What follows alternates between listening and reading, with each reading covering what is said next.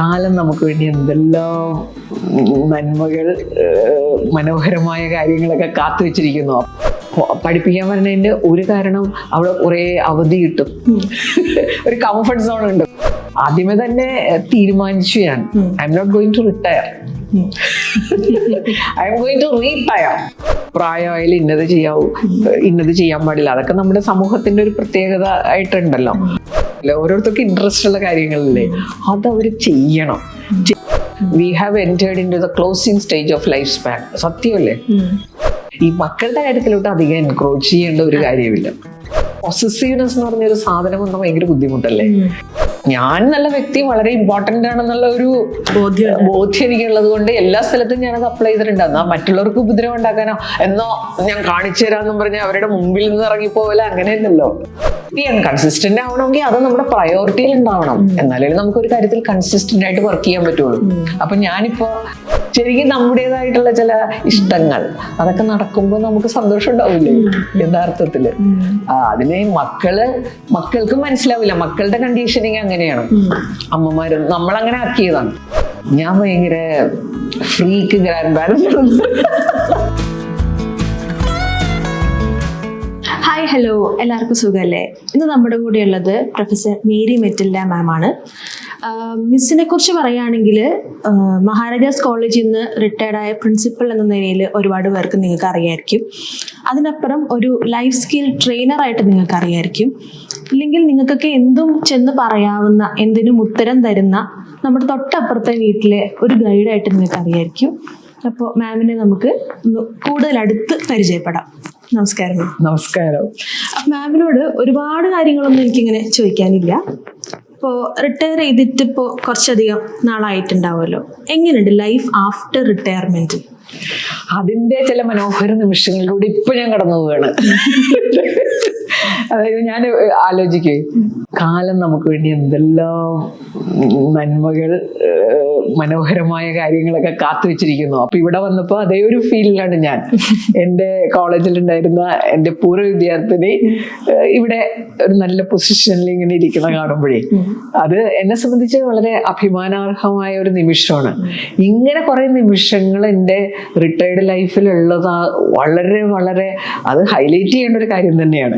ഞാൻ എപ്പോഴും വിചാരിക്കും, ഈ നമ്മള് ഈ കോളേജിലൊക്കെ പഠിപ്പിക്കുമ്പോഴേ ശരിക്കും ഈ അധ്യാപനം പലരും പഠിപ്പിക്കാൻ പറഞ്ഞതിന്റെ ഒരു കാരണം അവിടെ കുറെ അവധി കിട്ടും, ഒരു കംഫർട്ട് സോൺ ഉണ്ട് കോളേജിൽ, വെക്കേഷൻ. പിന്നെ നമുക്ക് പോവുക, ക്ലാസ് എടുക്കുക, പോരുക. പക്ഷെ അവിടെ കുറെ എക്സ്ട്രാ കാര്യങ്ങൾ നടക്കുന്ന ഒരു ഇടമാണ്. പലപ്പോഴും എക്സ്ട്രാ ഒരു കാര്യം ഏൽപ്പിച്ചു കഴിഞ്ഞാൽ അധികം പേര് ഏറ്റെടുക്കില്ല കേട്ടോ. കുറച്ച് പേരുണ്ടാവും, അവർ സ്ഥിരമായിട്ട് ഇത് ചെയ്തുകൊണ്ടിരിക്കും. അപ്പോ ഞാനന്ന് എന്നോട് പ്രിൻസിപ്പൽ NSS പ്രോഗ്രാം ഓഫീസറിന്റെ ചാർജ്, പിന്നെ തൃപ്രയാർ പോളിടെക്നിക്കിൽ ഞാൻ കുറച്ചു കാലം വർക്ക് ചെയ്തപ്പോ വാർഡന്റെ ചാർജ്, ഇതൊക്കെ എടുക്കാമോ എന്ന് ചോദിക്കുമ്പോൾ ആരും ഇല്ലാതെ വരുമ്പോൾ നമ്മളിതൊക്കെ ഇല്ലാതെ വരുമ്പോഴല്ല നമുക്ക് പൊതുവെ താല്പര്യമുണ്ട്. പക്ഷെ അതിന്റെയൊക്കെ ഒരു റിവാർഡ് കിട്ടിയത് റിട്ടയർഡ് ലൈഫിലാണ് കേട്ടോ. അന്ന് ചെയ്ത എക്സ്ട്രാ, അന്ന് ചെയ്യുമ്പോൾ നമ്മള് we have to come out of comfort zone and do it. അപ്പൊ ചിലപ്പോൾ വീട്ടുകാർ വഴക്ക് പറഞ്ഞിരിക്കും, വീട്ടിൽ നിന്ന് പിന്നെ അത്ര അധികം കുഴപ്പമൊന്നും ഉണ്ടായിട്ടില്ല. എന്നാലും പൊതുവെ നമ്മുടെ കൂടെയുള്ളവർ വല്ല കാര്യമുണ്ടോ ഇതിന്, പിന്നെ വേറെ തരത്തിലൊക്കെ അതിനെ കാണുക. താങ്ക്ലെസ് ജോബും കൂടിയാണ്. താങ്ക്ലെസ് ജോബാണ്. അപ്പോ അങ്ങനെ ഒക്കെ പറഞ്ഞിരുന്നു. പക്ഷെ അത് എത്രയോ റിവാർഡിങ് ആണ്. നമ്മൾ എന്ത് അങ്ങനെ കാര്യങ്ങൾ ചെയ്താലും അതിനൊരു റിവാർഡ് കിട്ടുമെന്ന് ബോധ്യപ്പെടുത്തിയ ഒരു സമയമാണ് റിട്ടയർഡ് ലൈഫ്. ഞാനന്ന് ശ്രീരാമ പോളിടെക്നിക് വലപ്പാട് ചെന്നപ്പോൾ ഇതുപോലെ അവിടെ ഒരു പ്രോജക്റ്റ് നടക്കുകയാണ്, Canada India institutional corporation project. അപ്പൊ അതിൽ HR ട്രെയിനിങ് ആണ് മെയിൻ ആയിട്ട്. അപ്പോഴും ഇങ്ങനെ കുറെ എക്സ്ട്രാ വർക്ക് ഉണ്ട്. അപ്പൊ അന്ന് പ്രിൻസിപ്പൽ ആവശ്യപ്പെട്ടപ്പോ നമ്മൾ ചെയ്തു. ശരിക്കും അന്ന് ചെയ്തതിന്റെ ഒരു കണ്ടിന്യൂഷൻ ആണ് ഇപ്പൊ ചെയ്തോണ്ടിരിക്കുന്നത്. അപ്പൊ അങ്ങനെയുള്ള ഒരു ഇതായിട്ട് റിട്ടയർഡ് ലൈഫിന് ഞാനിങ്ങനെ കാണുകയാണ്. അപ്പൊ ആദ്യമേ തന്നെ തീരുമാനിച്ചു ഞാൻ, I'm not going to retire, I'm going to retire. അങ്ങനെ രണ്ട് വാക്കില്ലേ, അത് ശരിക്കും അങ്ങോട്ട് ഇംപ്ലിമെന്റ് ചെയ്തുകൊണ്ട് പോകുന്നു. അങ്ങനെ ഒരു ദൈവാനുഗ്രഹം കൂടി ഉണ്ടാവും അല്ലേ? ഒരുപാട് പേര് ഇതുപോലെ ഉണ്ടല്ലോ, റിട്ടയർമെന്റിന് ശേഷം അതുവരെ ചെയ്യാതിരുന്ന ഒരുപാട് കാര്യങ്ങൾ ചെയ്യുന്നവരുണ്ട്. ചിലര് പാഷൻ ഫോളോ ചെയ്ത് ഡാൻസ് ഒക്കെ ഇഷ്ടമുള്ളവര് ഡാൻസ് ചെയ്യുന്നു, അല്ലെങ്കിൽ പടം വരയ്ക്കാൻ ഇഷ്ടമുള്ളവർ അത് ചെയ്യുന്നു, യാത്ര ചെയ്യാൻ ഇഷ്ടമുള്ളവർ അത് ചെയ്യുന്നു. അപ്പോൾ ഒരു വിഭാഗം ആൾക്കാർ ഇപ്പൊ അങ്ങനെ ചെയ്യുന്നു. പക്ഷെ അങ്ങനെ അല്ലാത്തവരും ഉണ്ട് ഇല്ലേ? അതായത് റിട്ടയർഡ് ലൈഫ്. അതെ, വീട്ടിലങ്ങ് അങ്ങനെ കുറെ അധികം പേരുണ്ട്. നമ്മള് ചെയ്യണ ആളുകളെ കാണുമ്പോൾ ഒരു പെർസെന്റേജ് വൈസ് എടുക്കുകയാണെങ്കിൽ മറ്റേ വിഭാഗത്തിലായിരിക്കും ചിലപ്പോൾ ആളുകൾ കൂടുതൽ. അതായത് കംഫർട്ട് സോൺ അല്ലേ, അങ്ങനെ ഇരിക്കുന്നതാണ് സുഖം. നമ്മള് ഇന്നത്തെ മോഡേൺ ലൈഫിൽ നമ്മളെ കുഴപ്പിക്കുന്ന രണ്ട് വാക്കുകളാണത്. ഒന്ന് കംഫർട്ട്, സുഖം ഒരു വശത്ത്, പിന്നെ സന്തോഷം ഒരു വശത്ത്. മറ്റേത് ഇപ്പൊ ഒന്നും ചെയ്യാതിരുന്നാലും TV ഒക്കെ കണ്ടും ഫോണില് ഇത് ചെയ്തും അങ്ങനെ നമുക്ക് ജീവിക്കാമല്ലോ. അപ്പൊ അങ്ങനെ ഒന്നിനും ചെയ്യാതെ വിഡ്രോ ചെയ്ത് ജീവിക്കുന്ന കുറെ പേര് ഞാൻ കണ്ടെത്തിയിട്ടുണ്ട്. ഞാനൊരു ഓൺലൈൻ കോഴ്സ് നടത്തുന്നുണ്ട്. അപ്പൊ അതിൽ ഒരുപാട് പേര് വന്ന് ചേരും. അപ്പൊ ചേരുമ്പോൾ റിട്ടയർഡ് ആളുകളുണ്ട്. അപ്പൊ അവര് പലരും അത് കഴിഞ്ഞിട്ട് പറയുന്ന ഒരു കാര്യമുണ്ട്, ഞാൻ റിട്ടയർ ചെയ്തിട്ട് സത്യം പറഞ്ഞ ഞാനിങ്ങനെ എല്ലാത്തിൽ നിന്നും ഇങ്ങനെ മാറി ഇങ്ങനെ നിന്നിരുന്നു, ഇനി എനിക്ക് പുറത്തേക്ക് ഇറങ്ങണമെന്നൊക്കെ പറയണ ഒരുപാട് പേരുണ്ട്. അങ്ങനെ പുറത്തേക്ക് ഇറങ്ങിയവരുണ്ട് ആ ഗ്രൂപ്പില്. സാധ്യതകൾ മനസ്സിലാക്കി പിന്നെ ഒരു വാലിഡേഷനും. പ്രായമായാലും, പ്രായം എന്നും പറഞ്ഞൊരു കോൺസെപ്റ്റ് നമ്മുടെ മനസ്സിലുണ്ടല്ലോ. പ്രായമായാലും ഇന്നത് ചെയ്യാവൂ, ഇന്നത് ചെയ്യാൻ പാടില്ല, അതൊക്കെ നമ്മുടെ സമൂഹത്തിന്റെ ഒരു പ്രത്യേകത ആയിട്ടുണ്ടല്ലോ. അപ്പൊ അങ്ങനെ വിചാരിച്ചിരുന്ന പല കാര്യങ്ങളും നമുക്കും കൂടി ചെയ്യാം എന്നുള്ളൊരു വാലിഡേഷനും കൂടി ഇപ്പൊ ഉണ്ട്. പണ്ട് നമുക്ക് ഇത്രയൊക്കെ പ്രായമില്ല, അതാണ് സ്ഥിരം കേൾക്കുന്ന ഡയലോഗ്. ഞാൻ ഡാൻസ് ചെയ്യാൻ എനിക്ക് താല്പര്യമുണ്ട്. അപ്പൊ ഞങ്ങളുടെയൊക്കെ ചെറുപ്പകാലത്ത് ഈ പെൺകുട്ടികൾ ഡാൻസ് ചെയ്യാത്ര അപ്രൂവൽ ഇല്ലാത്ത കാര്യമായിരുന്നു. ഞാനത് ഏരിയയിൽ ശ്രദ്ധിച്ചിട്ടുമില്ല. അതൊരു പ്രത്യേക പ്രായം കഴിഞ്ഞാൽ പ്രത്യേകിച്ചും ചെറിയ പെൺകുട്ടികൾ പഠിച്ചാലും കുഴപ്പമില്ല, മുതിർന്നു കഴിഞ്ഞാൽ പിന്നെ അങ്ങനത്തെ ഒരു ഇതുണ്ടായിരുന്നാണ്. അപ്പൊ ഞങ്ങളുടെയൊക്കെ ഈ പ്രായത്തിലുള്ളവർക്ക് ഡാൻസ് ചെയ്യാൻ ഇപ്പോഴും മടിയാണ്. അപ്പൊ എനിക്ക് പണ്ടേ ഇതിനോടൊക്കെ ഒരു താല്പര്യം ഉണ്ടായിരുന്നു. അപ്പൊ ഡാൻസ് ചെയ്യുമ്പോ ഞാൻ എൻ്റെ സിസ്റ്ററിന്റെ അടുത്താണ് ആദ്യം പറഞ്ഞത്, നമുക്കൊരു ഡാൻസ് ചെയ്താലോ. പുള്ളിക്കാരിയും സീനിയർ സിറ്റിസൺ ആണ്. അപ്പൊ പുള്ളിക്കാരി എന്നോട് ആദ്യം പറഞ്ഞതേ, ഡാൻസ് ഒക്കെ ചെയ്യാം, കോസ്റ്റ്യൂം ഒന്നും ഞാൻ ഇടൂല കേട്ടോ. അപ്പൊ ഞാൻ ചോദിച്ചു അതെന്താ? അല്ല, ഒന്നില്ലെങ്കിൽ നമ്മുടെ പ്രായം പരിഗണിക്കണ്ടേ? എന്നാ എന്റെ അനിയത്തി നല്ല കോസ്റ്റ്യൂം ഒക്കെ ഇട്ട് നടക്കുന്ന ആളാണ്, എന്റെ കയ്യിലൊക്കെ ഭയങ്കര അതിലൊക്കെ ശ്രദ്ധിക്കുന്ന ആളാണ്. അപ്പൊ ഞാൻ വിചാരിച്ചാൽ നമ്മുടെയൊക്കെ മനസ്സിൽ ഇങ്ങനെയുള്ള കുറെ കാര്യങ്ങൾ ഇങ്ങനെ കയറി കിടപ്പുണ്ടല്ലോ. പക്ഷെ ഞാനത് വേറെ ആളെ കൂട്ടി, വേറൊരു സീനിയർ സിറ്റിസന്റെ കസിനുമായിട്ട് തുടങ്ങി ഞങ്ങള് നല്ല ഡ്രസ്സൊക്കെ ഇട്ട് അത് ചെയ്യാൻ തുടങ്ങി. അങ്ങനെ ഈ ഓരോ കാര്യങ്ങള് നമ്മൾ ചെയ്യാത്ത ചില കാര്യങ്ങൾ ചെയ്യുക, പിന്നെ അത് നമുക്ക് ചെയ്യാനുള്ള ഒരു ഇഷ്ടം. അപ്പൊ ഞാൻ ഈ കാര്യങ്ങൾ ചെയ്യുമ്പോൾ 4 കാര്യങ്ങൾ ഞാൻ എപ്പോഴും നോക്കാറുണ്ട് കേട്ടോ. ഡാൻസ് ചെയ്യണമെങ്കിലും എന്താണെങ്കിലും നമ്മളിപ്പോ ചെയ്തുകൊണ്ടിരിക്കുന്ന പ്രവൃത്തികളിൽ അത് നമ്മൾ എൻജോയ് ചെയ്യുന്ന കാര്യമായിരിക്കണം. അവര് ഇപ്പൊ വന്നിരിക്കുന്ന ഏറ്റവും വലിയ പ്രശ്നം നമ്മുടെ കമ്പാരിസൺ വലിയൊരു പ്രോബ്ലം ഉണ്ടാക്കാറുണ്ട്. അവര് ചെയ്യണം അതുകൊണ്ട് ഞാനും ചെയ്തേക്കാം, അങ്ങനെയല്ല. നമ്മളത് എൻജോയ് ചെയ്യണം. പിന്നെ നമുക്കത് ഒരുവിധം നന്നായിട്ട് ചെയ്യാൻ പറ്റണം. ആളുകളിരുന്ന് ഇത് കാണുമ്പോ അല്ലേ, പിന്നെ അവർക്കൊരു എന്തെങ്കിലും കൊടുക്കാൻ പറ്റണം. അവർക്കത് കാണുമ്പോൾ സന്തോഷമോ എന്തെങ്കിലും ഒരു എനർജിയോ നമുക്ക് കൊടുക്കാൻ പറ്റണം. അങ്ങനെ പിന്നെ ഒരു എക്കണോമിക് ഇൻകം കൂടി ഉണ്ടെങ്കിൽ വളരെ നല്ലത്. അപ്പൊ അതിനാണ് ഇക്കിഗായി എന്ന് പറയുന്നത്. ഇക്കിഗായി എന്നുള്ളൊരു പുസ്തകത്തില് ഇക്കിഗായി അവരതിനെ കോൺസെപ്റ്റിനെ വേണ്ടി പറയുമ്പോൾ ഒരു 4 കാര്യങ്ങളുള്ള ഒരു കാര്യം നമ്മൾ ജീവിതത്തിൽ കണ്ടെത്തി കഴിഞ്ഞാൽ അതിനെ പാഷൻ എന്ന് പറയും. അവിടെ നമുക്ക് റിട്ടയർമെന്റ് ഇല്ല. We will continue that activity. അപ്പൊ ഞാൻ പറയുന്നത് ഞാൻ എൻ്റെ ഇക്കിഗായി കണ്ടെത്തിയിട്ടുണ്ട്. അപ്പൊ അങ്ങനെ ഒരു ജീവിതത്തിലൂടെ കടന്നു പോവാണ്. ഇപ്പൊ ഈ റിട്ടയർമെന്റിന് ശേഷം ഹസ്ബൻഡും വൈഫും റിട്ടയർ ചെയ്തതിന് ശേഷം പല കുടുംബങ്ങളിലും ഞാൻ കേൾക്കാറുണ്ട്, ഇനി എന്ത് ചെയ്യണം എന്ന് അറിഞ്ഞുകൂടാ. അതായത് പലപ്പോഴും അവർക്ക് തമ്മിലൊരു കോൺവെർസേഷൻ ഉണ്ടാക്കാൻ പോലും അറിഞ്ഞുകൂടാ. കാരണം അവർ ഇത്രയും കാലം മക്കൾക്ക് വേണ്ടി ജീവിച്ചു, സ്വന്തം ജോലിക്ക് വേണ്ടി ജീവിച്ചു. കമ്മ്യൂണിക്കേഷൻ നടത്താനായിട്ട് അവരുടെ ഇടയിൽ മക്കളെ കുറിച്ച് മക്കളുടെ കാര്യങ്ങൾ സംസാരിക്കുക, അല്ലെങ്കിൽ അടുത്ത മാസത്തെ ബഡ്ജറ്റ് സംസാരിക്കുക. അത് മക്കൾ വിവാഹം കഴിഞ്ഞു പോയി, 2 പേർ റിട്ടയർഡും ആയി. ഇനി അവർക്ക് തമ്മിൽ സംസാരിക്കാൻ പൊതുവായ വിഷയങ്ങൾ പോലും, അവർക്ക് എന്ത് സംസാരിക്കണം എന്ന് പോലും അറിഞ്ഞു. കണക്ഷൻ ഒരുപാട് കുറയുന്നു, ഡിറ്റാച്ച്ഡ് ആയി പോയി എവിടെയൊക്കെ വെച്ച്. അപ്പൊ അങ്ങനെയുള്ള ആൾക്കാർക്ക് എങ്ങനെ നമുക്കൊരു തിരിച്ചൊരു മാറ്റിയിട്ട് എങ്ങനെ ഒരു അറ്റാച്ച്മെന്റ് കൊണ്ടുവരാം? അതില് ഒരു മാർഗമാണ് ഈ നമ്മള് ഇപ്പൊ വീട്ടിൽ തന്നെ ഇരിക്കുന്നു എന്ന് വിചാരിക്കുക. അപ്പൊ നാച്ചുറലായിട്ട് നമുക്കൊന്നും പറയാനുണ്ടാവില്ല അല്ലേ? നമ്മൾ എന്ത് പറയും? നമ്മൾ രാവിലെ എഴുന്നേൽക്കുന്നു, നമ്മൾ ചെയ്യുന്ന കാര്യങ്ങൾ പരസ്പരം അറിയും, അപ്പൊ അവിടെ കമ്മ്യൂണിക്കേഷൻ കുറയാൻ എല്ലാവിധ സാധ്യതയുണ്ട്. അപ്പൊ എന്റെ ഒരു സജഷൻ എന്ന് പറഞ്ഞു കഴിഞ്ഞാൽ, നമുക്ക് ഈ പറഞ്ഞ പോലെ ഓരോരുത്തർക്കും ഒരു കീകൈയൊക്കെ ഉണ്ടാവില്ല, ഓരോരുത്തർക്കും ഇൻട്രസ്റ്റ് ഉള്ള കാര്യങ്ങളില്ലേ, അത് അവര് ചെയ്യണം. ചെയ്ത് കഴിഞ്ഞിട്ട് ഇപ്പൊ ഞാൻ എന്റെ ഹസ്ബൻഡിനോട് ചാനലിൽ നടക്കുന്ന കാര്യങ്ങൾ, ആ കാര്യങ്ങൾ, ഇക്കാര്യങ്ങളൊക്കെയാണ് കൂടുതൽ സംസാരിക്കണത്. കാരണം ഞാനും അദ്ദേഹം കൂടി വീട്ടിലിരുന്ന് കഴിഞ്ഞാൽ ചിലപ്പോ ഇതൊന്നും നടക്കൂല, പിന്നെ വിഷയങ്ങൾ ഉണ്ടാവില്ല. പിന്നെ നമ്മൾ പറയൂലേ, എന്താണ് ഫെമിലിയാരിറ്റി ബ്രീഡ്സ് കണ്ടംപ്റ്റ് എന്ന് പറയുന്ന പോലെ സ്ഥിരം ഇങ്ങനെ വേറെ അനുഭവങ്ങളൊന്നും ഇല്ലാതെ, അതാണ് നമ്മൾ ചെയ്യുന്ന ഏറ്റവും വലിയ തെറ്റ്. ഈ രണ്ടുപേരും കൂടി മാത്രമായിട്ടുള്ള ലൈഫിൽ നിന്ന് ഇറങ്ങണം, നമുക്ക് ഇൻട്രസ്റ്റ് ഉള്ള കാര്യങ്ങൾ കണ്ടെത്തണം, എന്നിട്ട് അത് പരസ്പരം ഷെയർ ചെയ്യും. അപ്പൊ രണ്ടുപേരും ഹാപ്പിയാണ്. നമ്മൾ ഈ ജീവിതത്തിൽ എപ്പോഴും പറയില്ലേ, ഹാപ്പിനെസ് എല്ലാവർക്കും വേണ്ടതാണ്. അതിലെ ഹാപ്പി ഹോർമോണുകൾ എന്ന് പറഞ്ഞ സംഭവം ആക്ടിവേറ്റഡ് ആകുമ്പോഴല്ലേ നമ്മൾ ഹാപ്പി ആവണത്. അതിൽ ഏറ്റവും ഇമ്പോർട്ടന്റ് ആണ് നമുക്ക് ലൈഫിൽ ഇൻട്രസ്റ്റ് ഉള്ള കാര്യങ്ങൾ ചെയ്യുക, നമുക്ക് ഉണ്ടാകുന്ന അച്ചീവ്മെന്റ്സ്, ഇതൊക്കെ നമ്മുടെ ഡോപ്പമൈൻ, അത് ഭയങ്കര സംഭവമല്ലേ, അത് കൂട്ടും. പിന്നെ കണക്ഷൻസ്, ഓക്സിറ്റോസിൻ കൂട്ടിത്തരും. ഞാൻ ഇപ്പോഴും എനിക്കിഷ്ടമുള്ള കുറച്ച് പേരുണ്ട്, അവരുടെ കൂടെ യാത്ര പോകും. ഹസ്ബൻഡിനെ കൊണ്ടുപോകില്ല, കൊണ്ടുപോകാത്തല്ല, പുള്ളിക്ക് വേറെ താല്പര്യങ്ങളാണ്. പുള്ളി വൈകുന്നേരം ഷട്ടിൽ കളിക്കാൻ പോകും.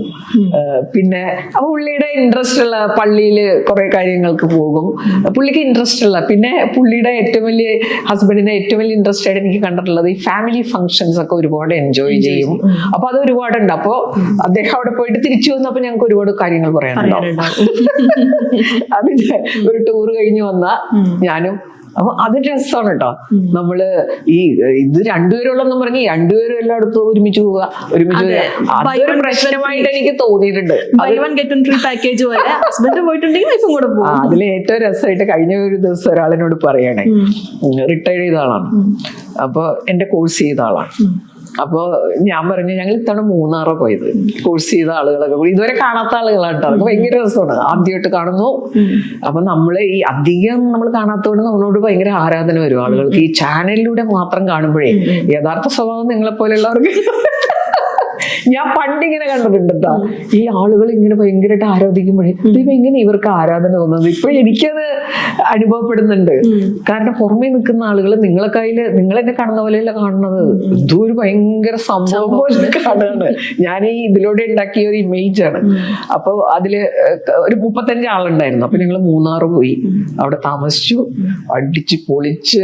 നമ്മൾ ഈ ടൂറിനൊക്കെ കൊണ്ടുപോകൂലേ, അതേ വൈബിലൂടെ ഒരു ബസ്സൊക്കെ വാടകയ്ക്ക് എടുത്ത്. അപ്പൊ 60 വയസ്സ് കഴിഞ്ഞ ആളുകൾ, 70 കഴിഞ്ഞവരൊക്കെ ഉണ്ട്, ചെറുപ്പക്കാരുണ്ട്, എല്ലാവരും കൂടി ഒരു മിക്സറാണ്. അപ്പൊ അപ്പൊ കോഴ്സിലുണ്ടായിരുന്ന ഒരു ലേഡി വിളിച്ചിട്ട് ടീച്ചറെ വിശേഷങ്ങൾ എന്തൊക്കെയുണ്ടെന്നൊക്കെ പറഞ്ഞ് സംസാരിക്കും. ഞാൻ പറഞ്ഞു, ടൂറിന് കണ്ടില്ലല്ലോ. അപ്പൊ അത് എനിക്ക് വരാൻ പറ്റാത്ത അവസ്ഥയാണ്. ഞാൻ ചോദിച്ചു, എന്ത് പറ്റി? അല്ല, ഞാൻ ഹസ്ബൻഡ് റിട്ടയർ ചെയ്തേ. അപ്പൊ എന്താന്ന് വെച്ചാൽ ഹസ്ബൻഡ് എന്നെ വിട്ടെങ്ങും പോകാറില്ല. അപ്പൊ ഞാൻ ഇങ്ങനെ ഇതിന് വരണത് ശരിയാവൂല. അങ്ങനെയൊക്കെ കുറെ ഇങ്ങനെയുള്ള ചില പ്രശ്നങ്ങൾ. അപ്പൊ അത് വിടണ്ടേ നമ്മള്? നമുക്ക് ഒന്നാമത്തെ നമ്മൾ ആലോചിക്കേണ്ടത്, we have entered into the closing stage of life span. സത്യമല്ലേ? നമുക്ക് അപ്പൊ ഇപ്പോഴെങ്കിലും നമുക്ക് ഇൻട്രസ്റ്റ് ഉള്ള അത് നമ്മൾ അനുവദിക്കണം. ഇത് പരസ്പരം അനുവദിക്കാതെ, നീ അവിടെ പോണ്ട, അപ്പൊ പിന്നെ നിങ്ങളും പോവണ്ട, ഇങ്ങനെയുള്ളൊരു. അപ്പൊ സംസാരിക്കാൻ വിഷയങ്ങൾ ഉണ്ടാവില്ല. നമ്മൾ വിചാരിക്കണ ആ ഒരു കണക്ഷൻസ് ഇല്ലേ, ഒരുപാട് കാര്യങ്ങൾ നമുക്ക് വേറെ കിട്ടും. അത് എന്റെ ഹസ്ബൻഡ് അവിടുത്തെ ഒരു സീനിയർ സിറ്റിസൺസ് ഫോറത്തിൽ സ്ഥിരം പോകും. അപ്പൊ ഒരു മാസം പിറന്നാളൊക്കെ ആഘോഷിക്കും. ഞാൻ പോവില്ല, കാരണം എനിക്ക് വേറെ കുറച്ച് തിരക്കുള്ളത് കൊണ്ട്. പക്ഷെ പുള്ളി ഭയങ്കര സന്തോഷമാണ് അതിനൊക്കെ പോയി തിരിച്ചു വന്ന് അവിടുത്തെ വിശേഷങ്ങൾ പറഞ്ഞു. അപ്പൊ നമ്മൾ വിശേഷങ്ങൾ ചോദിച്ചു. ഞാൻ വിചാരിക്കണ ഇങ്ങനെ ഇല്ലായിരുന്നെങ്കിൽ ഞങ്ങൾ ഇതുപോലെ എന്ത് സംസാരിക്കും. ഒന്നെങ്കിൽ മക്കളുടെ കാര്യം എത്ര സംസാരിക്കാനാണ്. ഒന്നാമത്തെ ഈ മക്കളുടെ കാര്യത്തിലോട്ട് അധികം എൻക്രോച്ച് ചെയ്യേണ്ട ഒരു കാര്യമില്ല. കഴിഞ്ഞ ദിവസം ഞാൻ ഈ സീനിയർ സിറ്റിസൺസിന് ഒരു ഫോറത്തിൽ പോയപ്പോ ഞാൻ അവരോട് വെറുതെ ചോദിച്ചു, നിങ്ങൾക്ക് ഇപ്പൊ എന്തെങ്കിലുമൊക്കെ ആങ്സൈറ്റി ഉണ്ടാവില്ലേ? നമുക്ക് എന്തൊക്കെയാണ് നിങ്ങളുടെ ആങ്സൈറ്റി? അപ്പൊ ഒരാൾ, ഈ മക്കള് ഇപ്പോഴും. ഞാൻ ചോദിച്ചു, അത് വിട്ടില്ലേ? ഇത് കഴിഞ്ഞില്ലേ? അത് കഴിഞ്ഞില്ലേ? ഒന്ന് വിടാൻ പറ്റില്ലല്ലോ. ആവശ്യമില്ലാതെ അവരുടെ കാര്യങ്ങളിലൊക്കെ ഇടപെട്ട്. അതാണ് വേറൊരു കുഴപ്പം. നമുക്ക് നമ്മുടേതായിട്ടുള്ള ആക്ടിവിറ്റീസ് ഇല്ലെങ്കിൽ പിന്നെ ഞാൻ അവരുടെ പുറത്തേക്ക് കയറും. എന്നിട്ട് പിന്നെ അതിന് തമ്മിൽ അഭിപ്രായ വ്യത്യാസങ്ങൾ, പിന്നെ നമ്മൾ ഈ ഒരാളെ ഈ പൊസസീവ്നെസ് എന്ന് പറഞ്ഞൊരു സാധനം വന്നാൽ ഭയങ്കര ബുദ്ധിമുട്ടല്ലേ. അങ്ങനെ എത്ര കേസ് എൻ്റെ അടുത്ത് വരാറുണ്ടെന്നാ, ഈ നമ്മള് ചാനലുകളുണ്ട്, ഭർത്താവേ എപ്പോഴും മൊബൈലിലാണ്, എന്തോ ആരുമായിട്ട് കണക്ഷൻ ഉണ്ട്. കാരണം എന്താണ് നമുക്ക് അങ്ങനെ തോന്നുന്നത്, നമുക്കൊന്നുമില്ല ചെയ്യാൻ. അപ്പൊ ഞാൻ പറയണത് നമ്മൾ ഇത്രയൊക്കെ പ്രായം ഇനിയെങ്കിലും, അപ്പൊ അവിടെ ആദ്യം വേണ്ടത് നമുക്ക് പരസ്പരമുള്ള ഒരു ട്രസ്റ്റും കോൺഫിഡൻസും ആണ്. പിന്നെ എൻ്റെ വിവാഹ ജീവിതത്തിലെ, ഞങ്ങളുടെ വിവാഹ ജീവിതത്തിലെ ഏറ്റവും വിജയപ്രദമായിട്ട് ഞങ്ങൾ നടപ്പിലാക്കിയത് ഈ നോൺ ഇന്റർഫിയറൻസ് ആണ്. അതായത് ആവശ്യമില്ലാതെ ഒരാളുടെ കാര്യത്തിൽ ഒരാളെ ഇടപെടാതിരിക്കുക, കോമൺ ആയിട്ടുള്ള കാര്യങ്ങളിൽ നമ്മൾ സപ്പോർട്ട് ചെയ്യുക, ബാക്കിയുള്ള കാര്യങ്ങളിൽ സ്വാതന്ത്ര്യം. അപ്പൊ ഞാനിങ്ങനെ മനസ്സിൽ വിചാരിക്കും, കല്യാണം കഴിക്കുമ്പോൾ ആളുകളെ ഒരു ഫൂളിഷ്നെസ് ചെയ്യാറുണ്ട്, ഒരേ ഇഷ്ടങ്ങളുള്ളവര്, അത് നോക്കി നടക്കും. പക്ഷെ കോംപ്ലിമെന്ററി അല്ലേ, നമ്മൾ കോംപ്ലിമെന്ററി ആയിരിക്കണ്ടേ, അതിന് നമുക്ക് എന്ത് വേണം, നമുക്ക് നമ്മൾ ആ ഓരോരുത്തർക്കും ഡ്യൂ റെസ്പെക്റ്റും റെക്കഗ്നീഷനും സ്പേസും ഒക്കെ കൊടുക്കാൻ തയ്യാറായി കഴിഞ്ഞാൽ ഇതൊരു മനോഹര ജീവിതമാണ്. നമ്മൾ ഈ കുട്ടികൾ കല്യാണം കഴിക്കാതെ ഇരിക്കൂലേ, കല്യാണം വേണ്ട വേണ്ട എന്ന് പറയുമ്പോൾ ഇങ്ങനൊരു സാധ്യതയുണ്ട്. അത് ഈ പണ്ട് ഞാനൊരു ചാനലിൽ പറഞ്ഞു, യാമയും മുയലും മത്സരിച്ച കഥയുണ്ടല്ലോ. അപ്പൊ നമ്മളത് പഠിച്ചിട്ടുള്ളത് അവരോട്ട മത്സരം വെച്ചു, ഒരിക്കലും നടക്കാൻ പാടില്ലാത്ത മത്സരമായിരുന്നു. എന്നാലും നമ്മളത് നടന്നതായിട്ട് പഠിച്ചു, അതിൽ നിന്നൊരു ലെസൺ പഠിച്ചു. പക്ഷേ അവിടെ വെച്ച് ആ മത്സരം തീരാനൊരു സാധ്യതയില്ല. അതിനൊരു നല്ല രസമുള്ളൊരു വേർഷൻ ഉണ്ട്. അപ്പോ മുയല് മിക്കവാറും ആമയെ വെല്ലുവിളിക്കും. അതുകൊണ്ട് മുയലിനെ അറിയാലോ, ഞാൻ ഒന്നൊന്നര ഓട്ടക്കാരൻ, എനിക്കൊരു അബദ്ധം പറ്റി. അപ്പോ വെല്ലുവിളിക്കുമ്പോ ആമ സമ്മതിക്കും. ആമ എന്താ സമ്മതിക്കാൻ കാരണം, ആമയ്ക്ക് ഓവർ കോൺഫിഡൻസ് ആണ്. ഒരു തവണ ഞാൻ ജയിച്ചില്ലേ, ജയിക്കും. അപ്പൊ ഇത്തവണ സെക്കൻഡ് മത്സരത്തിൽ എന്തായാലും മുയൽ ജയിക്കും. മുയൽ അത്രയും കെയർഫുൾ ആയിട്ട് മത്സരിച്ചു, മുയൽ ജയിച്ചു. അപ്പോ ആമയ്ക്ക് വിഷമാകും അപ്പോഴും, അങ്ങനെ ഞാൻ തോക്കാൻ പാടില്ല. പക്ഷെ ആമയ്ക്ക് ഇപ്പൊ കൃത്യമായിട്ട് അറിയാം, ഈ ഞാൻ എന്തെങ്കിലും പാരമണിതില്ലെങ്കിൽ ജയിക്കൂല. അപ്പൊ ആമ ചെയ്തത് എന്താണെന്ന് വെച്ചാൽ, റൂട്ടൊക്കെ ഞാൻ സെറ്റ് ചെയ്യാന്ന് പറഞ്ഞത് ഏറ്റെടുത്തു. അപ്പൊ ആമ റൂട്ടെല്ലാം സെറ്റ് ചെയ്തു. സ്റ്റാർട്ട് പോയിന്റിൽ രണ്ടുപേരും കൂടി വന്നു നിന്നു, ഓട്ടം തുടങ്ങി. ഓടി ഓടി ചെന്നപ്പോഴാണ് ഒരു പുഴ, ഫിനിഷിംഗ് പോയിന്റ് അപ്പുറത്താണ്. അപ്പൊ മുയൽ ഇങ്ങനെ വിഷമിച്ച് നിന്നപ്പോഴാണ് ആമ സുന്ദരമായിട്ട് നീന്തി. അപ്പൊ കുറച്ച് കഴിഞ്ഞപ്പോ രണ്ടുപേരും നല്ല സുഹൃത്തുക്കളായി. അപ്പൊ രണ്ടുപേർക്കും തോന്നുകയാണ്, ശരിക്കും നമ്മൾ ഈ പരസ്പരം അംഗീകരിച്ച് സപ്പോർട്ട് ചെയ്ത് ഈ ഒരു മത്സരം വീണ്ടും നടത്തിയാൽ രണ്ടുപേർക്കും ബെറ്റർ ആയിട്ട് പെർഫോം ചെയ്യാൻ പറ്റില്ലേ. അപ്പൊ അവര് ആ മത്സരം വീണ്ടും നടത്തി, മൂന്നാമത്തെ മത്സരം. അപ്പൊ പുഴ വരെ മുയൽ ആമയെ തോളത്തിരുത്തി ഓടി. പുഴയിലെത്തിയപ്പോ അപ്പൊ കടന്ന് ഫിനിഷിംഗ് പോയിന്റിൽ രണ്ടുപേരും ബെറ്റർ ടൈമിൽ ഫിനിഷ് ചെയ്തു. ആര് ജയിച്ചു തോറ്റു എന്നുള്ളതല്ല, ശരിക്കും വിവാഹ ജീവിതത്തിലെ ഒരു ഐഡിയൽ സിറ്റുവേഷൻ അതായിരിക്കണം. രണ്ട് വ്യക്തികളാണ്, അവരുടെ ബെസ്റ്റ് വെർഷൻസ് അങ്ങോട്ടും ഇങ്ങോട്ടും അംഗീകരിക്കാൻ തയ്യാറായി കഴിഞ്ഞാൽ അത് സൂപ്പറാവും നമ്മൾ രണ്ടു കൂട്ടരും. എനിക്ക് ഏതാണ്ട് ഒരു അനുഭവം ഉണ്ട്, അങ്ങനെയാണ് എൻ്റെ ജീവിതത്തിലും എനിക്ക് അങ്ങനെ ഫീൽ ചെയ്യുന്നത്. പിന്നെ ചിലർ വിചാരിക്കും, അങ്ങനെ അപ്പുറത്ത് നിൽക്കുന്ന ആൾ നമ്മളെ സപ്പോർട്ട് ചെയ്തില്ലെങ്കിലോ. സപ്പോർട്ട് ചെയ്തില്ലെങ്കിൽ നമ്മൾ നമ്മുടെ കാര്യത്തിന് ഇമ്പോർട്ടൻസ് കൊടുക്കണമെന്നാണ് എൻ്റെ വിനീതമായ അഭിപ്രായം. അത് ഭാര്യയല്ലേ, അങ്ങനെ ചിന്തിക്കേണ്ട കാര്യമില്ല. എപ്പോഴും നമ്മുടെ റോളുകൾ നമ്മൾ അനലൈസ് ചെയ്യുമ്പോൾ നമ്മൾ ആസ് എ പേഴ്സൺ എന്നുള്ള റോള് തന്നെയാണ് നമ്പർ 1. അതിന് തടസ്സം നിന്ന് കഴിഞ്ഞാൽ നമ്മളതിൽ വിട്ടുവീഴ്ച കാണിക്കേണ്ട കാര്യമില്ല. നമുക്ക് നമ്മുടേതായ രീതിയിൽ മുന്നോട്ട് പോകാം. അവരൊന്നും ചെയ്യാനൊന്നും പോകണ്ട. നമ്മൾ നമ്മുടേതായിട്ടുള്ള കാഴ്ചപ്പാടിലോട് മുന്നോട്ട് പോകുമ്പോൾ അവർ വീണ്ടും തടസ്സങ്ങൾ ഉണ്ടാക്കിക്കൊണ്ടിരുന്നാലും രണ്ടു തരത്തിൽ അതിനെ കൈകാര്യം ചെയ്യേണ്ടത്. ചില കാര്യങ്ങളൊക്കെ നമുക്ക് എന്തായാലും ഒരു ലൈഫ് പാർട്ട്ണർ സപ്പോർട്ട് ജീവിതത്തിൽ ഒരുപാട് പ്രയോജനം, ഈ അമ്മയും മുയലും കഥ പോലെ ഒരുപാട് പ്രയോജനം ചെയ്യുന്ന ഒന്ന് തന്നെയാണ്. അപ്പോൾ എന്തെങ്കിലും കാര്യം പറഞ്ഞ് പിരിയുക എന്നുള്ളതല്ല, നമുക്ക് കഴിയുന്നതും അത് ചില കാര്യങ്ങളിലൊക്കെ നമ്മുടേതായിട്ടുള്ള ചില സ്ട്രാറ്റജീസ് പ്ലാൻ ചെയ്ത് അതൊക്കെ കിട്ടും കേട്ടോ. നമുക്ക് അങ്ങനെ ഒരു പ്രയോറിറ്റി കൊടുത്തു കഴിഞ്ഞാൽ അത് പലപ്പോഴും നമുക്ക് അതിന് പല മാർഗങ്ങൾ കണ്ടെത്താൻ പറ്റും. ഞാൻ കല്യാണം കഴിഞ്ഞ് ആദ്യം വീട്ടിൽ ചെല്ലുമ്പോ കൊല്ലങ്ങൾക്ക് മുമ്പല്ലേ, അന്ന് ഒരു പെൺകുട്ടി കല്യാണം കഴിഞ്ഞ് വീട്ടിലേക്ക് വരുമ്പോഴുള്ള ചില ചില കാഴ്ചപ്പാടുകളില്ലേ. അപ്പോ എൻ്റെ വീട് അടുത്താണ്. ഞാനൊരു ദിവസം വീട്ടിൽ വന്ന് ഞാൻ വരുന്ന വഴി വീട്ടിൽ കയറി, എൻ്റെ വീട്ടിൽ കയറി എന്ന് പറഞ്ഞു. അപ്പൊ വീട്ടിലുള്ളവര് അവര് കുഴപ്പക്കാരൊന്നും അല്ല, നല്ല ആളുകളാണ്. അവരോട് അതെന്താ ഞങ്ങളോട് പറയാണ്ട് പോയത്, അത് അങ്ങനെ ചെയ്യണത് ശരിയല്ല, അങ്ങനെ എപ്പോഴും എപ്പോഴും വീട്ടിലൊന്നും പോകേണ്ട കാര്യമില്ല, അങ്ങനെ എന്തോ ഒരു സംഭാഷണം ഉണ്ടായി. അപ്പൊ ഞാൻ എന്താ ചെയ്തത്, വീട്ടിൽ പോകും, ഞാൻ ആരോടും പറയാറില്ല, പോവാതിരുന്നില്ല. അങ്ങനെ അതെന്തുകൊണ്ടാണ് എനിക്ക് ചെയ്യാൻ പറ്റിയത്, എന്റെ ലൈഫില് ഞാൻ നല്ല വ്യക്തി വളരെ ഇമ്പോർട്ടന്റ് ആണെന്നുള്ള ഒരു ബോധ്യം എനിക്കുള്ളത് കൊണ്ട് എല്ലാ സ്ഥലത്തും ഞാനത് അപ്ലൈ ചെയ്തിട്ടുണ്ട്. എന്നാ മറ്റുള്ളവർക്ക് ഉപദ്രവം ഉണ്ടാക്കാനോ എന്നോ ഞാൻ കാണിച്ചു തരാമെന്നും പറഞ്ഞാൽ അവരുടെ മുമ്പിൽ നിന്ന് ഇറങ്ങിപ്പോവല്ല, അങ്ങനെയല്ലല്ലോ. അപ്പൊ നമ്മുടെ മനസ്സിൽ അങ്ങനെ റിലേഷൻസ് ആർ വെരി ഇമ്പോർട്ടന്റ്. അത് കഴിഞ്ഞിട്ട് തീരെ നിവൃത്തിയില്ലെങ്കിൽ ബ്രേക്കപ്പ് ആവാം, ഒരു പ്രശ്നമില്ല, നമുക്ക് ഒരു തരത്തിലും മാനേജ് ചെയ്യാൻ പറ്റുന്നില്ല. പക്ഷെ നമ്മുടേതായിട്ടുള്ള ആ ഒരു സ്ട്രോങ് ബിലീഫും നമ്മുടെ ഒരുപാട് ഓപ്ഷൻസ് ഉണ്ട് നമുക്ക് ലൈഫിൽ. ഒരു കമ്മ്യൂണിക്കേഷൻ തന്നെ എന്തെല്ലാം ഓപ്ഷൻസ് ആണ്. നമ്മൾ കോളേജിലില്ലേ, ആസ് ടീച്ചേഴ്സ് നമുക്ക് ഇന്റേണൽ ടെസ്റ്റ് ഒക്കെ നടത്തേണ്ടി വരുമല്ലോ. ഞാൻ നോക്കിയിട്ടുണ്ട്, നമ്മൾ ക്ലാസ്സിൽ ചെന്നിട്ട് അടുത്ത ആഴ്ച ഒരു പരീക്ഷ ഉണ്ട്, നിങ്ങൾ എന്ത് പറയുന്നു എന്ന് ചോദിച്ചാൽ എന്ത് മറുപടി കിട്ടുക, വേണ്ടാന്ന് പറയും. അപ്പൊ നമുക്ക് പരീക്ഷ നടത്തിയാൽ മതിയാവും. അപ്പൊ ഞാൻ നമുക്കേ അടുത്ത ആഴ്ച ഒരു പരീക്ഷയുണ്ട്, അത് നിങ്ങൾ ബുധനാഴ്ച എഴുതോ വെള്ളിയാഴ്ച എഴുതോ, പോസിറ്റീവ് റിപ്ലൈ അപ്പൊ കിട്ടൂലേ. അതുപോലെ നമ്മുടെ കമ്മ്യൂണിക്കേഷൻ സ്റ്റൈൽ, കുറെ സ്ത്രീകൾ എനിക്ക് മെസ്സേജ് ഒക്കെ ചെയ്യാറുണ്ട് ഈ ചാനലുള്ളത്. അവര് ചിലരെഴുതണം, എനിക്ക് വീട്ടിൽ പോകാൻ പോലും അനുവാദമില്ല. അനുവാദം ചോദിക്കാൻ ആരാ പറഞ്ഞത്, അവിടെ ഇൻഫർമേഷൻ ആണ് വേണ്ടതല്ലേ. എനിക്ക് ഇന്ന് വീട്ടിൽ പോകണം, ഞാൻ പോയിട്ട് എപ്പോ പോകും എപ്പോ വരും അതൊക്കെ പറയാം. ആ ഒരു ആർജവം നമുക്ക് ഉണ്ടാവണ്ടേ. ഇത് അതൊന്നും പറയാതെ അനുവാദം ചോദിക്കും, ഞാൻ ഇന്ന് വീട്ടിൽ പോയിക്കോട്ടെ. ഇതൊക്കെ ലീഡിങ് ക്വസ്റ്റ്യൻ അല്ലേ. ഇങ്ങനെ ഒരുപാട് ഓപ്ഷൻസ് നമ്മുടെ ലൈഫിലുണ്ട്. അതിനെ നമുക്ക് വേണ്ട വിധത്തിൽ പ്രയോജനപ്പെടുത്തണമെങ്കിൽ നമ്മുടെ പ്രയോറിറ്റി ക്ലിയർ ആയിരിക്കണം. അപ്പൊ ഞാൻ ലൈഫിൽ അതാ പറയണത്, ഞാൻ കൺസിസ്റ്റൻസിയെ കുറിച്ചാണ് കഴിഞ്ഞ തവണ വീഡിയോ ഇട്ടത്. എനിക്ക് ഒരുപാട് നല്ല പ്രതികരണം, ഞങ്ങൾ കൺസിസ്റ്റന്റ് ആകും, അതാണ് എനിക്ക് ഏറ്റവും കിട്ടുന്ന റിവാർഡ്.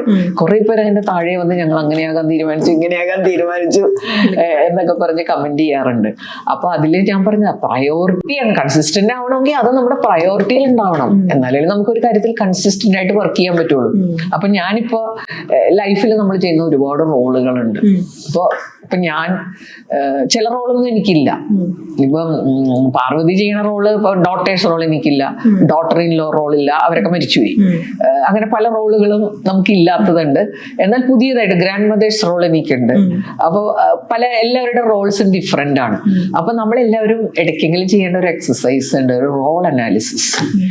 പ്രസന്റ് ലൈഫിൽ നമ്മൾ ചെയ്തുകൊണ്ടിരിക്കുന്ന റോളുകൾ എന്തൊക്കെയാണ്. അതിൽ ഇവിടുത്തെ മാനേജേഴ്സ് റോളും വരും, ഭാര്യ ലൈഫ് പാർട്ട്ണർ എന്നുള്ള റോള് വരും, ഡോട്ടേഴ്സ് റോള് വരും,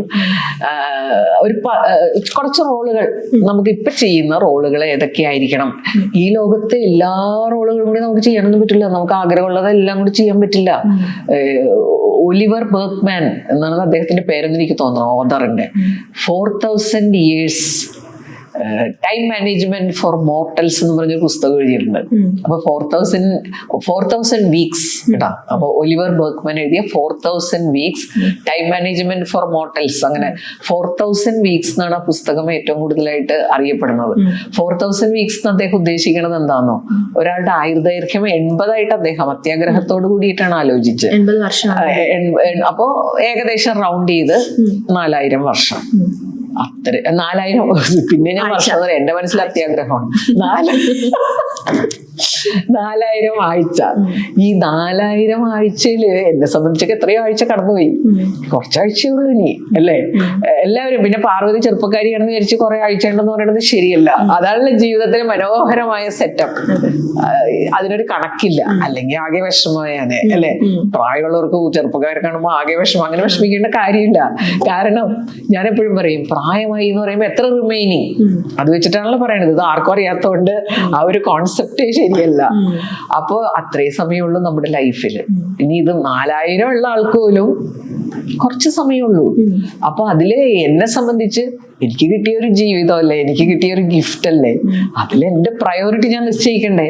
അപ്പൊ ഞാനിപ്പോ അയ്യോ ഇനിയിപ്പോ മക്കൾക്ക് വേണ്ടി മക്കള് ചിലപ്പോ വിളിക്കും അല്ലേ, അവരുടെ പല ആവശ്യങ്ങൾക്കും അവര് അതൊന്നും ചിന്തിക്കാറില്ല. അപ്പൊ നമുക്ക് അതിനുള്ള പ്രയോറിറ്റി നിശ്ചയിച്ച് അതിന്റെ കൂടെ നിൽക്കാൻ പറ്റിയില്ലെങ്കിൽ കുറെ കഴിയുമ്പോ പലരും പറയാറുണ്ട് ആരോഗ്യം പോയി, അവിടെ ചെന്ന് നിന്ന് ഇവിടെ ചെന്ന് നിന്ന്. അച്ഛനെ അമ്മയും പിരിക്കുന്ന ആളുകൾ വരെ കണ്ടിട്ടുണ്ട്. ഒരു അച്ഛൻ ദുബായിലും അമ്മ ന്യൂസിലൻഡിലും ഇങ്ങനെയൊക്കെ ചെയ്യുമ്പോ നമ്മുടെ പ്രയോറിറ്റിയെ കുറിച്ച് നമുക്ക് ബോധമില്ലാതെ വരിക. നമ്മുടെ വളരെ വിലപ്പെട്ട സമയമാണ് ഇങ്ങനെ കഴിഞ്ഞു പോകുന്നത്. അപ്പൊ എനിക്ക് ഒരു ഗ്രാൻഡ് ഡോട്ടർ ഉണ്ട് കേട്ടോ. ശരിക്കും എന്റെ പ്രയോറിറ്റിയിൽ അതുണ്ട്. ഇപ്പോ ഞാൻ ഇഷ്ടപ്പെടുന്നു, പക്ഷെ എന്നാലും അതിനേക്കാൾ പ്രയോറിറ്റിയാണ് എനിക്ക് ഇതുപോലെയുള്ള ചർച്ചകൾ. അപ്പൊ ഞാൻ ഇപ്പൊ ഈ ദിവസങ്ങളിൽ നിൽക്കാൻ പറഞ്ഞാൽ ഞാൻ നിൽക്കൂല. അപ്പൊ അതിന് അവര് വേറെ സംവിധാനം ഉണ്ടാക്കിക്കൊള്ളണം, അതെനിക്ക് അറിയേണ്ട കാര്യമില്ല. ചിലവരെ എല്ലാത്തിലും ഈ നമുക്കൊരു കൺഫ്യൂഷൻ, ആവശ്യമില്ലാത്ത കുറ്റബോധം, പിന്നെ നമ്മൾ പണ്ടേ ശീലിച്ച ചില കാര്യങ്ങളുണ്ട്. ഇങ്ങനെ ആയിരിക്കണം, ചില കണ്ടീഷനിങ് നമ്മൾ കഴിഞ്ഞിട്ട് അവർക്ക് ബാക്കി അതേ ഉള്ളൂ. അമ്മയല്ലേ ഞാനതൊക്കെ നമ്മുടെ ഞാൻ പ്രയോറിറ്റി കൊടുക്കേണ്ട സമയത്ത് കൊടുത്തിട്ടുണ്ട്. ചിലപ്പോഴൊക്കെ ഞാൻ എന്റെ മോളൊക്കെ എഞ്ചിനീയറിംഗിനൊക്കെ പഠിക്കുമ്പോൾ ഞാൻ ഒരുപാട് സമയം അവളുടെ ചില പേപ്പർ പഠിച്ച് കുറെ സമയം അതിനു വേണ്ടി ചെലവഴിച്ചിട്ടുണ്ട്. എന്നാൽ എന്റെ പ്രയോറിറ്റി ഞാൻ വിട്ടിട്ടില്ല ഒരിക്കലും. ഇപ്പം ലൈഫ് പാർട്ട്ണർ അങ്ങ് ഒരു ഒറ്റയ്ക്കല്ലേ, ഞാൻ പറയും നിങ്ങൾക്ക് ഇഷ്ടമുള്ളത് നിങ്ങൾക്ക് ചെയ്യാലോ.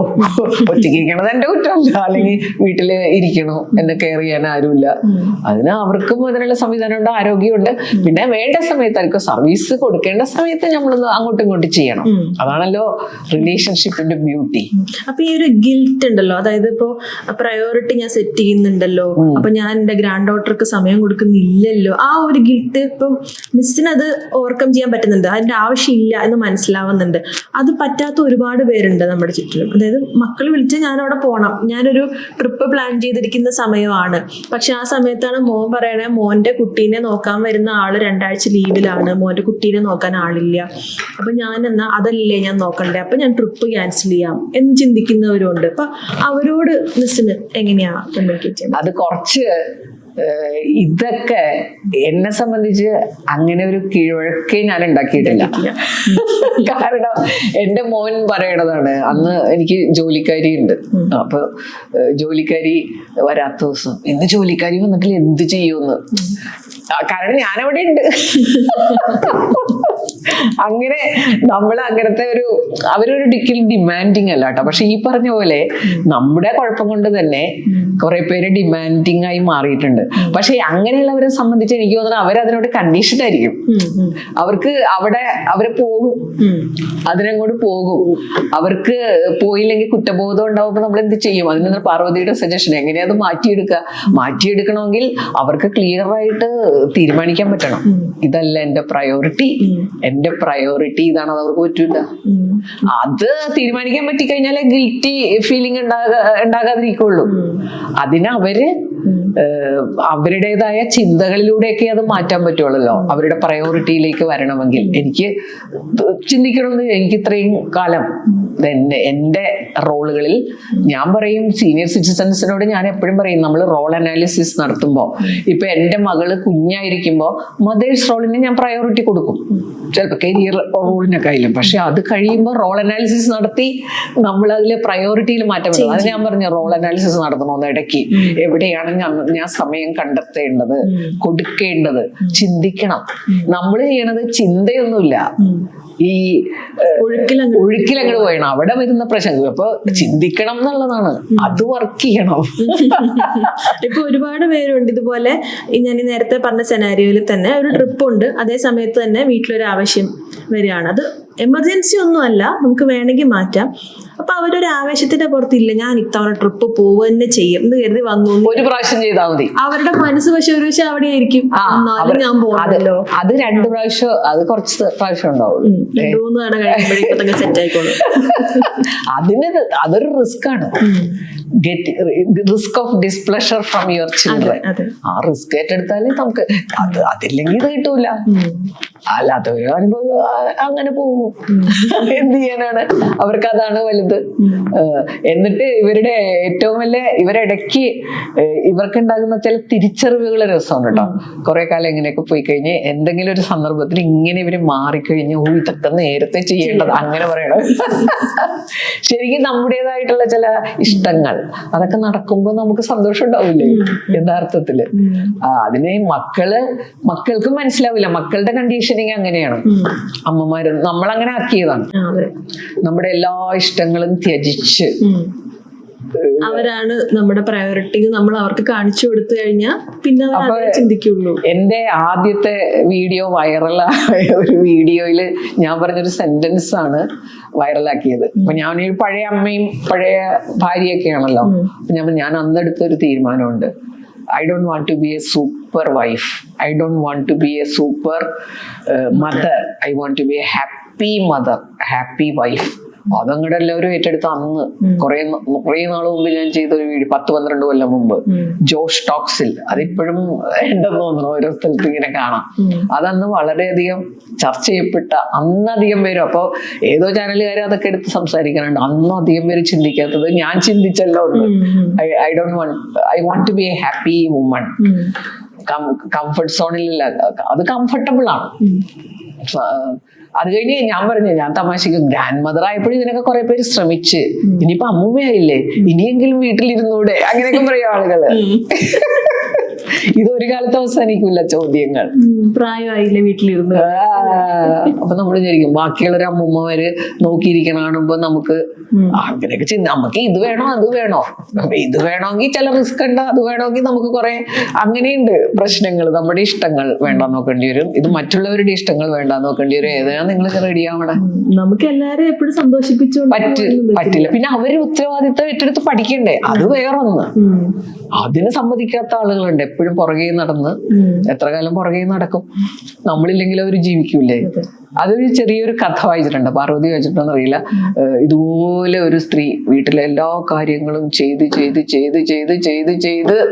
ഒന്നും എല്ലാം എന്റെ ഉത്തരവാദിത്തമായിട്ട് ചെയ്ത് അവർ മരിച്ചുപോയി. ഒരു ദിവസം മരിച്ചുപോയി കഴിഞ്ഞാൽ അതൊരു ഇമാജിനറി കഥയാണ്. അവരുടെ ആത്മാവ് 2-3 ദിവസം കഴിഞ്ഞ് വീട്ടിൽ വരികയാണ്. അപ്പോഴല്ലേ കാണുന്നത് മോള് അടുക്കള കയറി പാചകം ചെയ്യുന്നു, ഭർത്താവ് വേറെ എന്തോ ചെയ്യുന്നു, മകൻ അവിടെയൊക്കെ തൂത്തുമായിരുന്നു. അപ്പൊ അവർക്കുണ്ടായ ഒരു ആത്മാവിനുണ്ടായ ഒരു ചിന്ത, ദൈവമായിട്ടില്ല. അത്രേ ഉള്ളൂ. ഒരു തവണ അങ്ങോട്ട് ചെയ്തു കഴിഞ്ഞാ ഇറ്റ് ഈസ് ഓക്കെ. അപ്പൊ ഞാൻ പറയണത് അതിന് ടെസ്റ്റ് ഡോസ് ആദ്യമേ കൊടുക്കുക. നമുക്ക് ഇഷ്ടമുള്ള ചില കാര്യങ്ങൾ അങ്ങോട്ട് ചെയ്ത് പതുക്കെ പെട്ടെന്ന് കയറി വളക്കാനേ പാടില്ല, ഒടിക്കാൻ പാടില്ല എന്ന് പറയണ പോലെ പെട്ടെന്ന് കയറി അങ്ങനെയൊക്കെ ചെയ്യുമ്പോൾ പ്രശ്നം. അപ്പൊ എന്റെ ചില കൂട്ടുകാരികൾ അങ്ങനെ പറയാറുണ്ട്. അവരിപ്പോ പ്രായമായി കഴിഞ്ഞപ്പോ ചില തിരിച്ചറിവുകൾ, എന്റെ ജീവിതം വെറുതെ നിങ്ങൾക്ക് വേണ്ടി പാഴായി, പിന്നെ യുദ്ധം പ്രഖ്യാപിക്കുകയാണ്. എനിക്ക് തോന്നിയ പോലെ നടക്കണം, അതിന്റെ ആവശ്യം പതുക്കെ അവരോട് സംസാരിച്ച്. അപ്പൊ അവര് വിചാരിക്കണ എന്താ, അവര് ചിലപ്പോ മാനസിക രോഗാശുപത്രിയിലൊക്കെ കൊണ്ടുപോകും. അമ്മയ്ക്ക് എന്തോ മാനസിക പ്രശ്നമുണ്ട്, ഇത് എംപവേർഡ് ആയിട്ട് തീരുമാനമാണ്. അങ്ങനെയൊക്കെ ചില തമാശകൾ കാണാറുണ്ട്. ചിലർക്ക് ഭയങ്കര ബുദ്ധിമുട്ടാണ്, എന്റെ ജീവിതം വെറുതെ പോയി.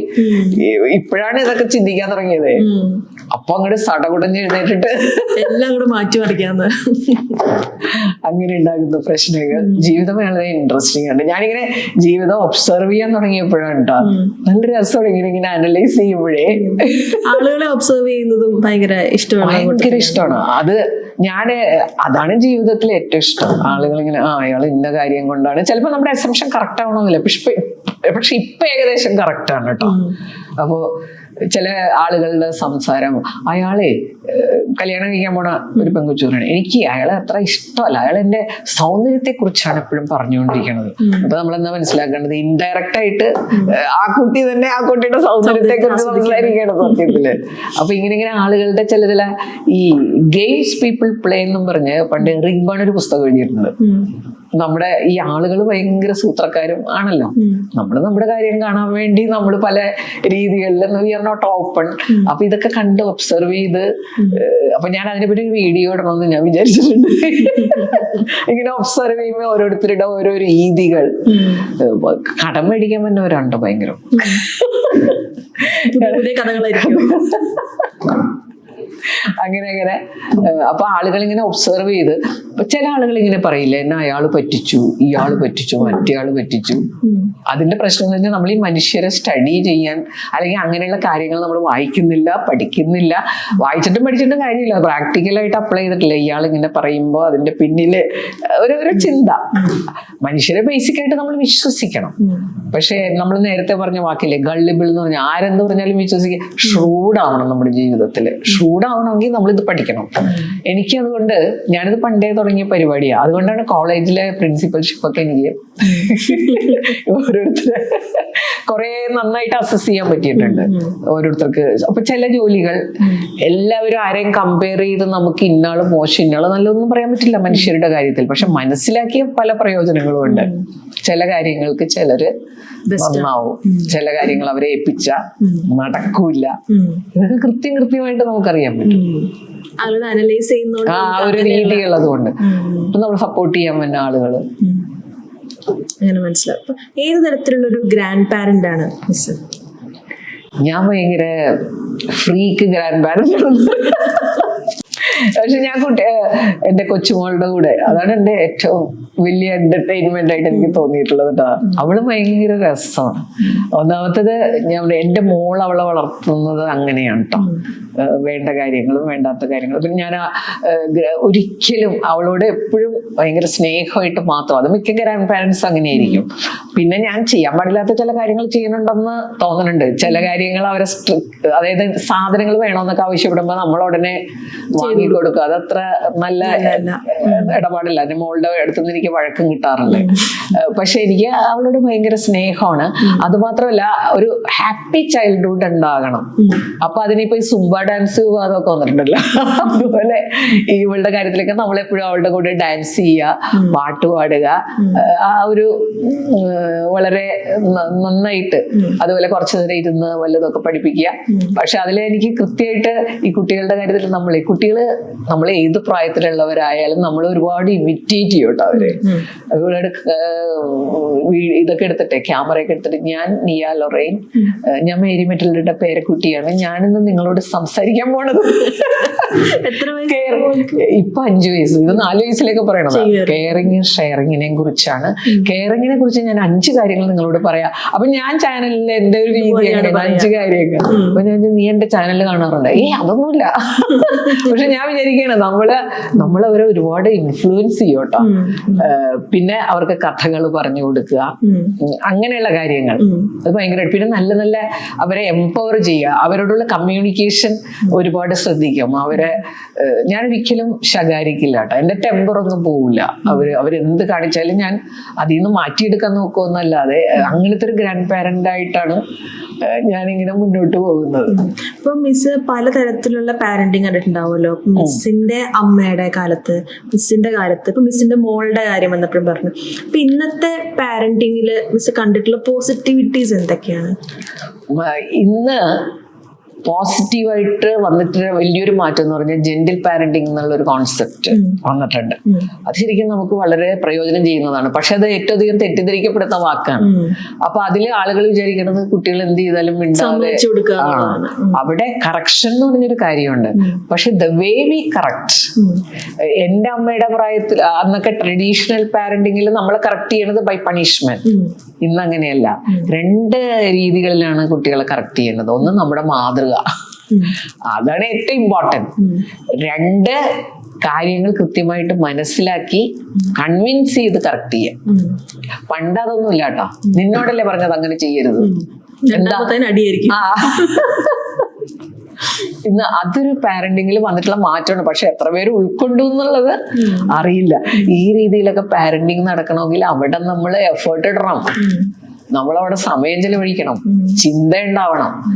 ഇതൊക്കെ എത്രത്തോളം നടക്കുന്നുണ്ടെന്ന് അറിയാം. പക്ഷെ പാരന്റിങ്ങിനെ കുറിച്ചുള്ള കാഴ്ചപ്പാടിൽ വന്ന പോസിറ്റീവ് ചേഞ്ച് ഇതാണ്. അത് നമുക്ക് പറയാൻ പറ്റും. എന്ന് വെച്ച് നമ്മളിപ്പോ വേറൊരു ഇത് കാണുന്നത്, ചിലര് എപ്പോഴും പരാതി, എന്നെ വളർത്തിയത് ശരിയായില്ല. അപ്പൊ ഒരു കാര്യം നമ്മൾ ഓർക്കേണ്ടത്, അത് നമ്മൾ പറയേ ചെയ്യരുത്. പിന്നെ നമ്മൾ ഭയങ്കര ട്രോമയെ കൂടി കടന്നുപോയാൽ അത് പറഞ്ഞ് നമുക്ക് റിലീഫൊക്കെ ഉണ്ടാകും, അത് വേറെ കാര്യം, സൈക്കാട്രിക് ലെവലില്. അല്ലാതെ പാരന്റ്സിനെ കുറ്റം പറഞ്ഞ ഞാൻ അങ്ങനെ കുറെ പേര് അതെ എന്നെ വളർത്തിയപ്പോ അങ്ങനെ വളർത്തി. ഇന്നൊരു ജെന്റിൽ പാരന്റിനെ കുറിച്ച് നമ്മൾ ചിന്തിക്കാൻ തുടങ്ങി. എന്തുകൊണ്ടാണ്? നമ്മുടെ എൻവയോൺമെന്റ് മാറി. അന്ന് എന്റെ അച്ഛനും അമ്മയും വളർത്തിയപ്പോ അവര് അന്നത്തെ രീതി വെച്ചാണ്, അന്നത്തെ ശരികളിലൂടെയാണ് എന്നെ വളർത്തിയിട്ടുള്ളത്. അപ്പൊ അവരെന്നെ അങ്ങനെ വളർത്തി. പക്ഷെ എനിക്ക് അവരോട്, എന്റെ അപ്പച്ചനൊക്കെ ഒരുപാട് സ്ട്രിക്റ്റ് ആയിരുന്നു, നല്ല അടിയൊക്കെ കിട്ടുമായിരുന്നു. ചില കാര്യങ്ങൾക്ക് എന്തിനടിച്ചു എന്ന് പോലും നമുക്കൊരു പിടിയും കിട്ടൂല. അപ്പൊ ചില ഫാഷനൊക്കെ എന്നെയൊക്കെ ഭയങ്കര ട്രഡീഷണൽ ആയിട്ട് ഡ്രസ് ചെയ്യാൻ സമ്മതിക്കുള്ളൂ, മുടിയെല്ലാം ഒരു പ്രത്യേക തരത്തിലേ ചെയ്യാൻ പാടുള്ളൂ. അപ്പൊ ഞാനൊരു ഫാഷനബിൾ ആയിട്ട് ഒരു ദിവസം മുടി ചെയ്തിട്ട് എനിക്ക് നല്ല അടിയുണ്ട്. ഞാൻ എന്തിനാണ് അടിച്ചത്? അപ്പൊ അവരുടെ ഉള്ളിൽ വേറൊരു ചിന്തയാണ്, ഇവളിങ്ങനെ ഫാഷന്റെ പിന്നാലെ പോയ പിന്നെ പഠനത്തിൽ നിന്ന് ശ്രദ്ധ പോകുക, അങ്ങനെയാണ് ഒരു കാലഘട്ടം അല്ലേ. അതുകൊണ്ട് എനിക്ക് പിന്നീട് അവരോട് ഒരിക്കലും അങ്ങനെയൊന്നും തോന്നിയിട്ടില്ല. അവരാൽ പറ്റുന്ന വിധം നന്നായിട്ട് എനിക്ക് വേണ്ട കാര്യങ്ങൾ ചെയ്തു തന്നിട്ടുണ്ട്. എപ്പോഴും അവരെ കുറിച്ച് ഓർക്കുമ്പോൾ ഒരുപാട് നന്ദി, സന്തോഷമാണ്. അവര് കുറെ അങ്ങനത്തെ, അതായത് അന്ന് അവര് വളർന്ന എൻവയോൺമെന്റില് അവരുടെ ശരികൾ അതായിരുന്നു. തന്നെയല്ല, പല പാരന്റ്സിനും ഒരു കുട്ടിയെ കിട്ടിക്കഴിയുമ്പോൾ അത് ആദ്യത്തെ എക്സ്പീരിയൻസ് ആണ്. അവർ ആദ്യമായിട്ടാണ് അവർക്കും അറിയില്ല. അപ്പൊ അവര് കണ്ടതാണല്ലോ. പിന്നെ ഇന്നത്തെ സമ്പ്രദായങ്ങളൊന്നും അവിടെ ഇല്ലല്ലോ, പല കാര്യങ്ങൾ അറിയാനും അതൊന്നുമില്ല. പുസ്തകങ്ങൾ, എന്തെല്ലാം സംവിധാനങ്ങളുണ്ട്. അപ്പൊ അത് ചെയ്യരുത് നമ്മളിപ്പോ. എന്നെ വളർത്തിയത് അതുപോലെ ഒരു കുട്ടി അങ്ങനെ പറയാൻ പാടില്ലെന്നാണ് അവരുടെ പാരന്റ്. അവരുടേതായ അന്തരീക്ഷത്തിൽ അങ്ങനെ ചെയ്തെങ്കിൽ പോലും നമുക്ക് ചാൻസ് ഉണ്ട്. നമ്മൾ വളർന്ന് ഇൻഡിപെൻഡന്റ് ആയി കഴിഞ്ഞാൽ നമുക്ക് സ്വന്തമായിട്ട് തീരുമാനം എടുക്കാനും, അതിന് അവരാണ് ഉത്തരവാദികൾ എന്ന് പറഞ്ഞിട്ട് കാര്യമുണ്ടാ? നമ്മുടെ ജീവിതമല്ലേ പാഴായി പോണത്. ചിലര് മരിച്ചുപോയിട്ടുണ്ടാകും അവര്, എന്നാലും അവരെ കുറ്റപ്പെടുത്തിക്കൊണ്ടിരിക്കുന്നു. ഇപ്പം മിസ് ഒരുപാട് റോളുകൾ കൈകാര്യം ചെയ്യുന്നുണ്ടല്ലോ, അതിൽ ഏറ്റവും ഇഷ്ടപ്പെട്ട റോൾ ഏതാണ് ഇപ്പോ? യാതൊരു സംശയമില്ല, ഇപ്പൊ എനിക്ക് ടീച്ചിങ്, ഒരു ടീച്ചേഴ്സ് റോളിന് കുറച്ച് വ്യത്യാസം വന്നതേ ഉള്ളൂ. ആ ചെയ്യണ സമയം, ചെയ്യണ തലങ്ങൾ മാറിയെന്നേ ഉള്ളൂ. ഇപ്പോഴും ഞാൻ ടീച്ചിങ് തന്നെയല്ലേ ചെയ്തോണ്ടിരിക്കണേ. എനിക്കറിയാം, ടീച്ചിങ് എന്ന് പറഞ്ഞാൽ എനിക്കറിയാവുന്ന കാര്യങ്ങൾ ഇപ്പൊ ഒരു ഷെയറിങ് ആണെന്ന് മാത്രം. മറ്റേത് കുട്ടികൾ പഠിക്കണമെന്ന് എനിക്ക് നിർബന്ധം ഉണ്ടായിരുന്നു. ഇപ്പൊ അതില്ല, എനിക്കറിയാവുന്ന കാര്യങ്ങൾ മറ്റുള്ളവർക്ക് പറഞ്ഞു കൊടുക്കുക. അത് തന്നെയാണ് ഞാൻ ഏറ്റവും പ്രയോറിറ്റിയിൽ എൻജോയ് ചെയ്യുന്ന റോള്. പിന്നെ ഓഫ്കോഴ്സ് എന്റെ ലൈഫ് പാർട്ട്ണർ, 2 ലൈഫ് പാർട്ട്ണറും കൂടി ഇവിടെ ജീവിച്ചിരിക്കുക എന്നുള്ളത് വലിയൊരു ബ്ലെസ്സിങ് ആണ്. ഒരു ആരോഗ്യത്തോടു കൂടി, പ്രത്യേകിച്ച് കുഴപ്പങ്ങളൊന്നും ഇല്ലാതെ. അത് ഞാൻ പിന്നെ അവിടെയും ഏറ്റവും പ്രധാനമായിട്ട് എന്റെ ഗ്രാൻഡ് മദേഴ്സ് റോൾ. പിന്നെ മദേഴ്സ് റോളൊന്നും ഞാൻ വലുതായിട്ട് ഇപ്പോ ഒരുപാട് സമയമൊന്നും ഞാൻ അവിടെ ചെലവഴിക്കുന്നില്ല. എന്റെ മക്കൾക്ക് വേണ്ടി ഞാൻ പ്രാർത്ഥിക്കാറുണ്ട്. മക്കൾക്ക് സന്തോഷം ഉണ്ടാകുമ്പോൾ നമുക്ക് സന്തോഷം ഉണ്ടാവാറുണ്ട്. അതൊക്കെ ഉണ്ടെങ്കിലും അത് വലിയ പ്രയോറിറ്റിയിലൊന്നുമില്ല മദേഴ്സ് റോൾ. ഞാൻ അമ്മയല്ലേ, അവിടെ കിടക്കുന്ന പിള്ളേരെ എല്ലാ ദിവസവും വിളിച്ച് അതൊന്നുമില്ല. അവർ വിളിച്ചാൽ നമ്മൾ അറ്റൻഡ് ചെയ്യുക, അവരുടെ കാര്യങ്ങള്.